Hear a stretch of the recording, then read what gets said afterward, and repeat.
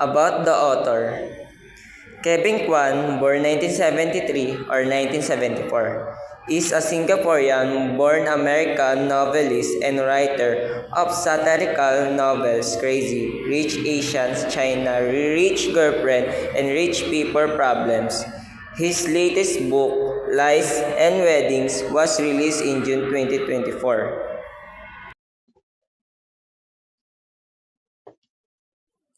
In 2014, Wan was named as the one of the five writers to watch on the list of Hollywood's most powerful authors published by the Hollywood Reporter. In 2018, Wan made Time Magazine's list of 100 most influential people and was inducted into the Asian Hall of Fame. About literary text, Rich People Problems by Kevin Kwan is a satirical exploration of wealth and privilege within Asia's elite. The story centers on the young family as they deal with a dying matriarch, which sparks a battle for a family inheritance and reveals deep-seated rivalries and secrets. Once, writing blends humor with sharp social commentary, highlighting the extravagance of super-rich while exposing their vulnerabilities and insecurities. The novel also examines themes of identity, family, loyalty, and the complexities of love, amidst a backdrop of opulence and cultural expectation.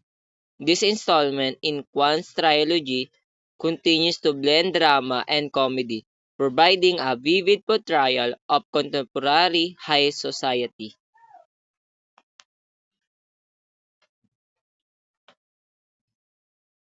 Author's writing purpose: make fun of rich people. He uses funny stories and exaggerated situations to show how rich people live and what they care about. He thinks some of their ways are silly and wasteful. Exploration of cultural identity. The book shows what it's like to be Chinese American, especially when money and status are important in your family and culture. Entertain people. The book is fun to read. It has fancy parties, exciting places, and lots of family drama that makes you want to keep reading.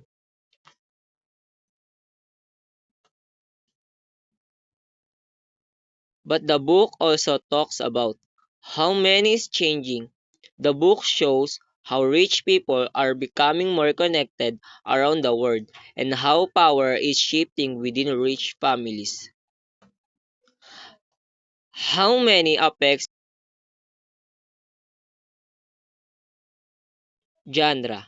Rich People Problems by Kevin Kwan falls primarily into the genre of contemporary fiction, specifically within the subgenres of satire and social commentary. It explores themes of wealth, privilege, and family dynamics among the elite, often with humor and sharp observation about the high society.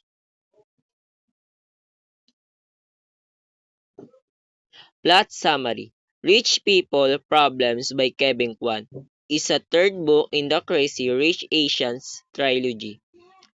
It follows the dramatic lives of Asian wealthy families, centering around the impending death of Shang Suyi, the matriarch of the young family, in the fight over the vast fortune.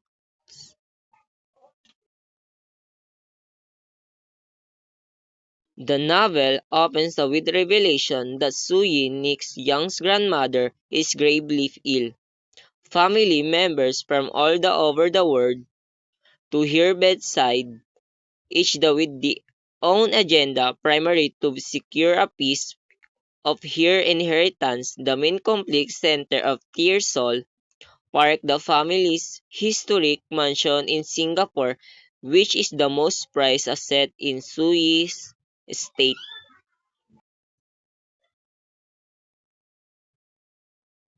Nick, who has been estranged from his grandmother due to family disputes returns to reconcile with her.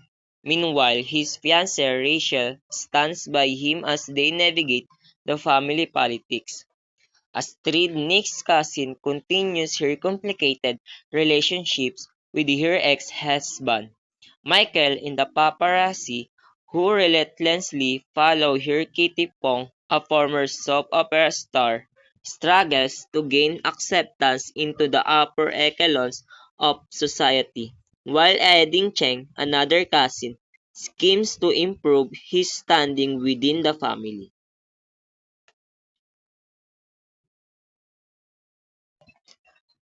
As the story unfolds, secrets from the past are revealed, including Suyu's experiences during World War II, which shaped her legacy and influenced the decisions she makes about her estate. The novel explores themes of family, loyalty, betrayal, and the clash between tradition and modernity, all with Kwan's signature blend of humor, luxury, and extravagance.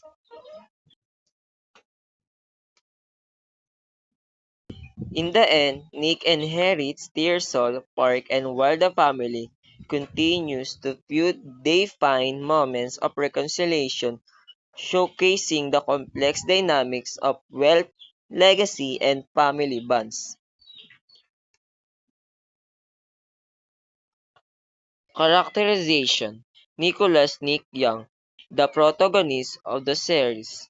He comes from a wealthy Singaporean family, lives a relatively modest life in New York City with his wife Rachel Chu. Rachel Chu, Nick's wife, who is originally from United States and unaware of his family's immense wealth until she meets them in Singapore.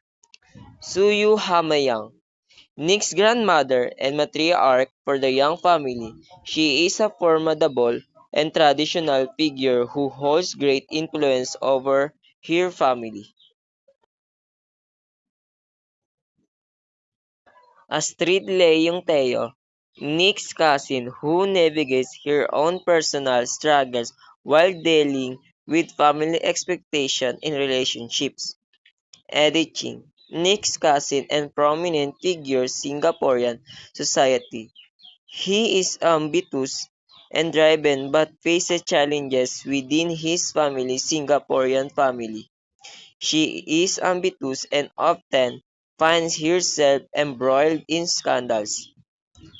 Michael Teo, a street-estranged husband who struggles with insecurities and pressures of being married into a wealthy family. Olobert Sina, a flamboyant fashion designer and friends of the Young family. He brings humor and drama to the story with his extravagant lifestyle. Carlton Bawu, a wealthy businessman and member of the Young family's social circle.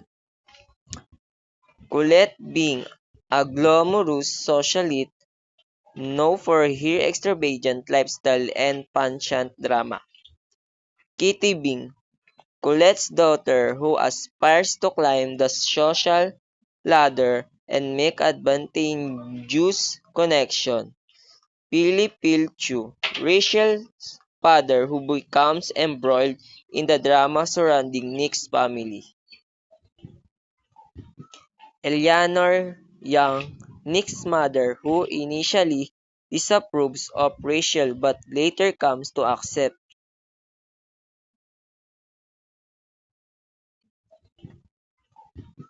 Eleanor Young, Nick's mother who initially disapproves of Rachel but later comes to accept her. Shang Zuyu, Nick's grandmother who is a powerful and influential figure in Singaporean society. Corina Kotong, a gossip columnist who delights in reporting of the scandals and the intrigues of the wealthy elite. Edison Ching, Nick's cousin who is known for his playboy antics and extravagant lifestyle. Keishan Casby, Colette's son, who is involved in the family's business and social affairs. Francesca Cho, an ambitious social climber who schemes to marry into the young family. Charlie Wu, a street performer, acclaimed and a successful businessman who, who re-enters here. Colin Koo,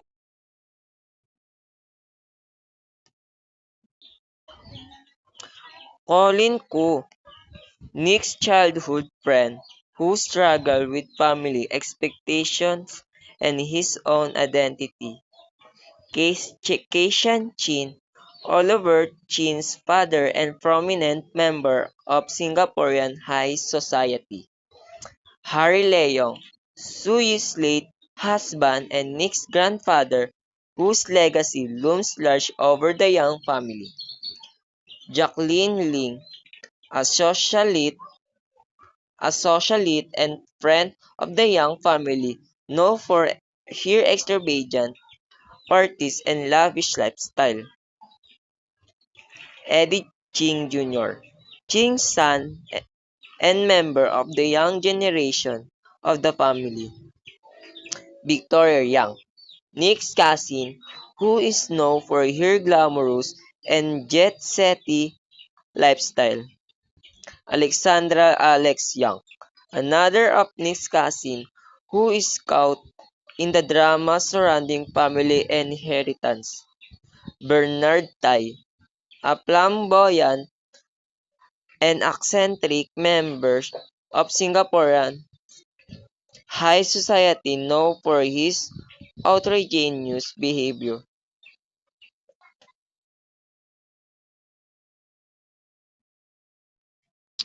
Soy's loyal household staff. This includes Hamas trusted servants who have been with him for many years, such as Hamas secretary, Chief Pierre, and personal assistants. Alastair Ching, Nick's cousin and member of the younger generation of the Young family, known for his involvement in the arts scene. Annabel Ling, Jacqueline Ling's daughter, who is often caught up in the social drama of Singaporean high society.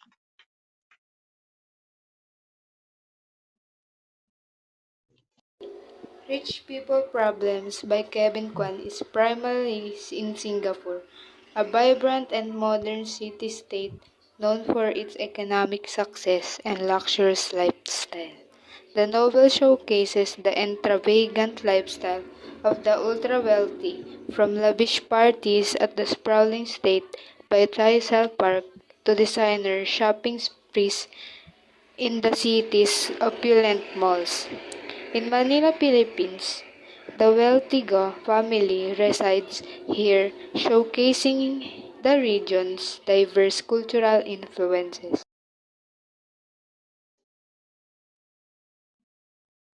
As France, the City of Light serves as the backdrop for the characters' glamorous outing and shopping sprees, highlighting the global reach of their wealth. India. The novel delves into the rich cultural heritage of India, particularly during a Bollywood-inspired wedding proposal. Shanghai, China. The bustling metropolis of Shanghai is depicted as a center of business and power, showcasing the rapid economic growth of Asia.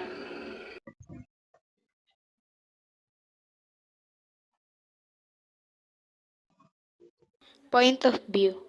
Rich People Problems by Kevin Kwan is told from a third-person limited point of view, primarily focusing on the perspective of Astrid Leong, a strong-willed and independent woman navigating the complex world of Singapore's elite. While the narrative primarily follows Astrid's journey, it also offers glimpses into the thought and feelings of other characters, particularly her husband, Michael Theo, and her close friend, Picklin Go. The shifting focus allows readers to gain a deeper understanding of the characters, motivations, and the complexities of their relationships.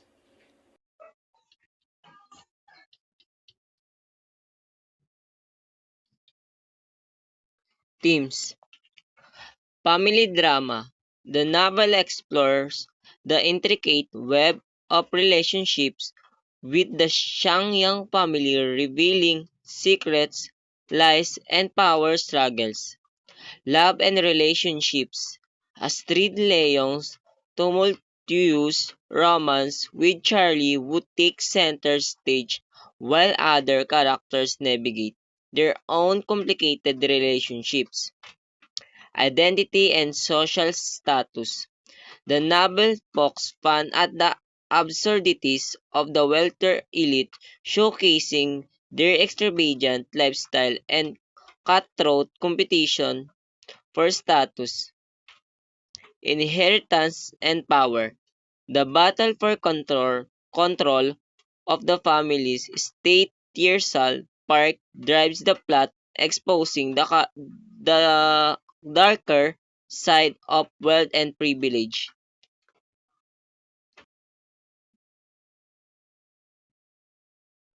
Here are some striking and impactful lines from Rich People Problems by Kevin Kwan.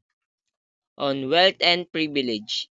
Peel away the veneer of wealth and sophistication and you'll find extremely provincial, narrow-minded people. The problem is that they all have too much money and it's come so easily to them that they think they're bloody geniuses and so they are always right. On Inherited Fears, I've realized that so many of my fears are really my own. They're the fears of my mother, my father, my grandparents. I've just unconsciously internalized. Then I've let these fears affect every decision I make.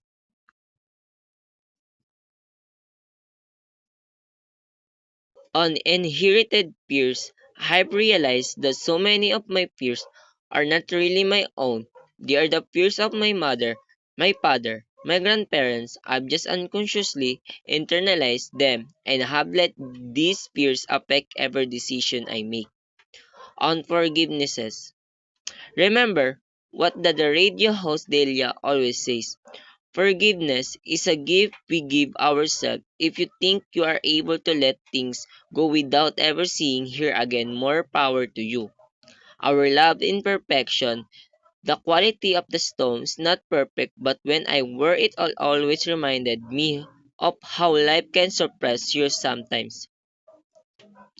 The thing that the perseveres flowed can end up being the most perfect thing in the world for you. On loss and grief, no matter how old you are, no matter how ready you think you are, nothing quit prepares you for the loss of a parent.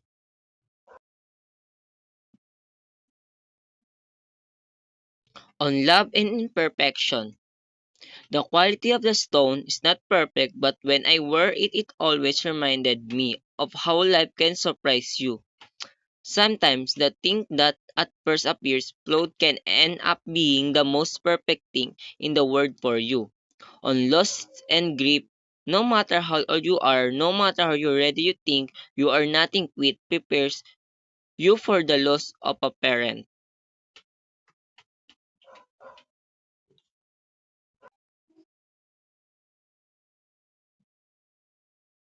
Conflict. Rich people problems involve the inheritance battle following story explore issue of family, loyalty, power, struggles, and the clash between traditional values and modern aspiration. Key characters face personal dilemmas such as love betrayal and the expectations of their affluent social circles. Throughout the novel, themes of privilege, identity, and the impact of wealth and relationships are explored, creating rich tapestry of drama and humor as the characters navigate their complex lives. The conflicts not only drives the plot but also highlights the challenges faced by those in the upper echelons of society.